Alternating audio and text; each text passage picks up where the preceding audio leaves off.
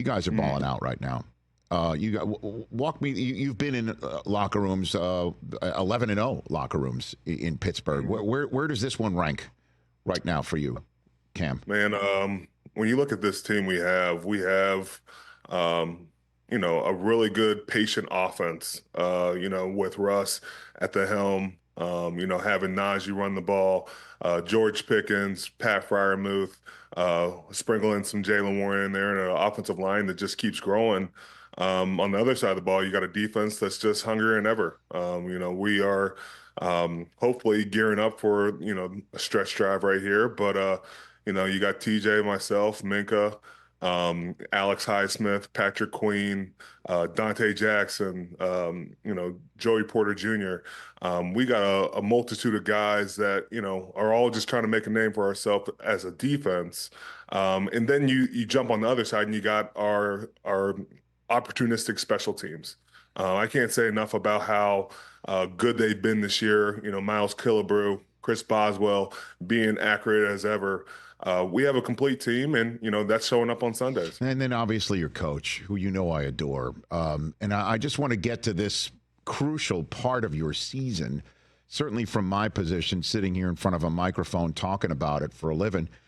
When Justin Fields is 4-2 and then gets switched out for Russ, I was sitting here saying, why change? If it ain't broke, don't fix it. You got a 4-2 kid here making the most of his opportunity, and then they switch it.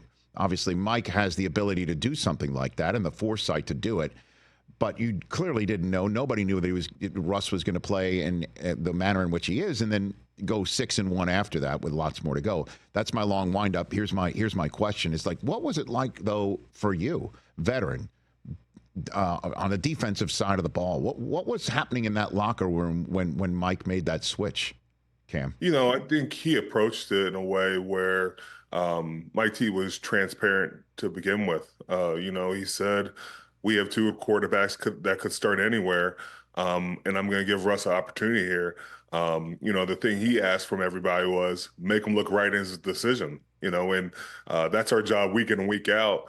So there was never a question of us questioning what he wanted. It's just we got to make this guy look right. And Russ and Justin have handled it beautifully. They're always communicating. They're always talking. And we understand that we're going to need both these guys to get to where we want to get to. So Mike just came in and said, did he announce it? That, hey, we're switching to quarterback? He did. He did? Yeah. In a team meeting in front of everybody? Team meeting. Okay. Yeah. And did he, in fact, say, make me look right? Is that what he said? Cam, or you said that? I think we said it, but it was along those lines. But I think, I think for the most part, Mike T is like, I make the decisions. It's up to us to make them look right in those. Okay.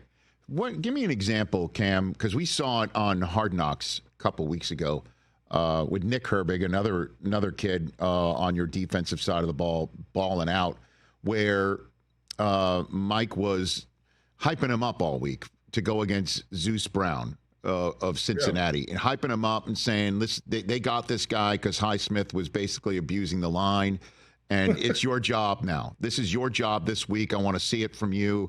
And then Herbig comes up with the big sack, forced fumble, big, huge play for you guys, and it happened. And I was sitting here saying that this is a point of why he's such a great coach, to tell a team, this is the way it's going to go. And if you execute, we will win when it goes this way. And then it happens. Did he ever do that with you, Cam? You got a good example in your career where Mike did that maybe early on in your career, told you this is the way it's going to go. Not even if it's just you with the team that just sticks out with you. This is the way it's going to go, and it went that way.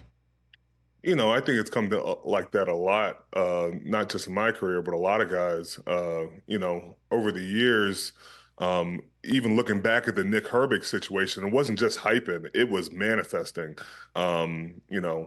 It was telling Nick that you're capable of doing everything you want on that field once we get to Sunday. I talk about, I remember one year playing Baltimore, and we were just talking about, it's your contemporaries, not only your position, but your contemporaries you play against, and they can't live together. And I remember it was funny. We were talking about Najee versus Patrick Queen.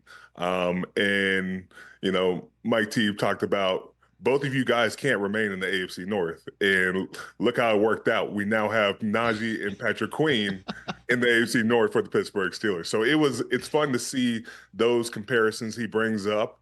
And it's a level of competition, but it's also a level of, man, we got to get this now if we want to get to where we want to go. Catch the Rich Eisen Show every single day on the Roku Channel, 12 to 3 Eastern, for free.